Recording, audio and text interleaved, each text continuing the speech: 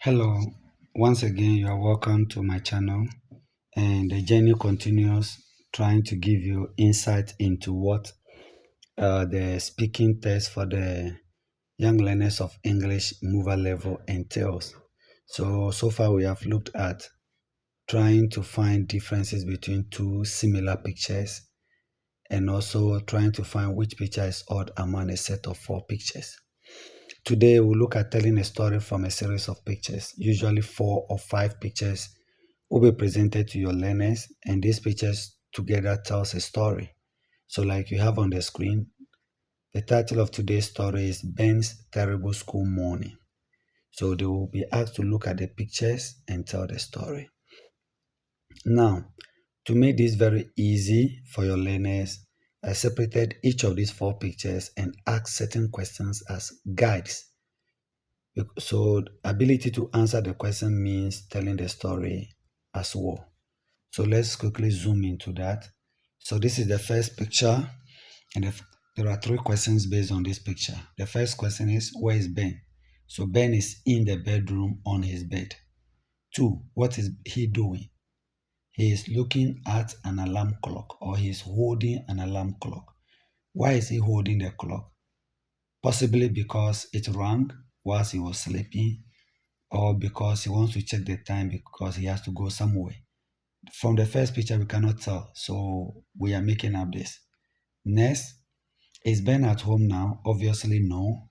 Ben isn't at home. Ben is at the bus stop. Is he on the bus? No. Ben is still at the bus stop, but the bus is leaving or off to school. Are his friends on the bus? Yes, his friends are definitely on the bus. Three of them are visible from this angle. Why is Ben not on the bus? Because he came to the bus stop late. So we can now infer that because he woke up late, he couldn't get to the bus stop on time or in time. So he's late. Next picture. What's Ben doing now? So Ben is walking to school. What's the weather like? It's a rainy day or it's a rainy weather. Is Ben happy? Definitely no. Or definitely not. He's not happy. Why?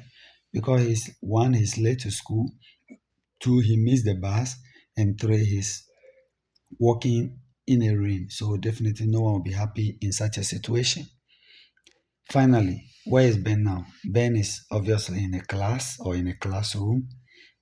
Is his teacher happy? No, his teacher isn't happy with Ben because Ben is in the class. If you look at the ground, Ben's uniform is wet and he is late to school. Now, together, we have the four pictures now. So, this is how the story will go. First, Ben is on his bed in the bedroom. He is holding an alarm clock and looking at the time. Next, Ben is at the bus stop. The bus is already leaving or going. He waved his hands, but the bus did not stop, so he missed the bus. Later, Ben decides to walk to school. It started raining, and he has to walk or he had to walk in the rain. Finally, Ben is in the classroom. He's wet, and the teacher is angry with him. Now, one key thing that you should always insist on is that your learners, in trying to progress from one picture to the next in telling the story, should always use linking words. We call them coordinating conjunctions, but sometimes they'll have to use subordinating conjunctions. I think mostly subordinating conjunctions are used. Occasionally, coordinating conjunctions are also used. So the first is a conjunction, next is another conjunction, then is another. When he arrived, when is another conjunction. So Ben's terrible school morning, and this is the story on the screen.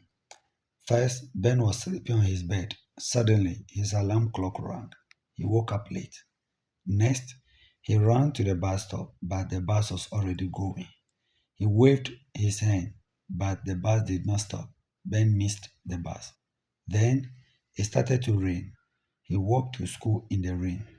His clothes were wet and he felt cold and sad. When he arrived at school, the teacher was angry with him or with Ben. Now, to help your learners tell the stories at home in terms of self practice, I have this.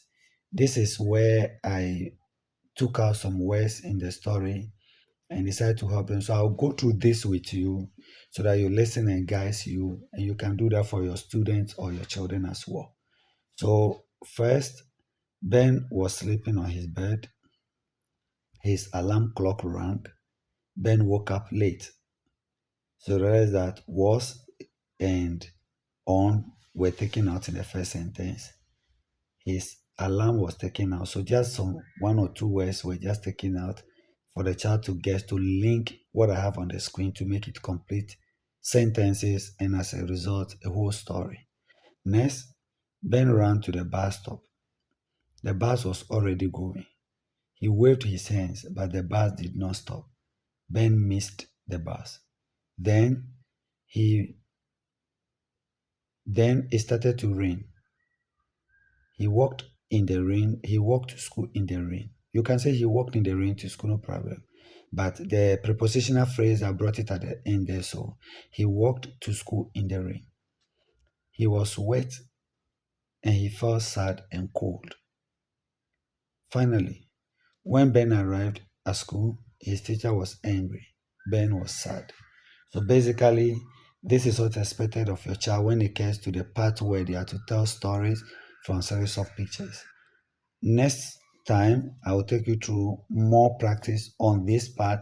Then we'll move to the other part as well until you gain perfection. Bye bye.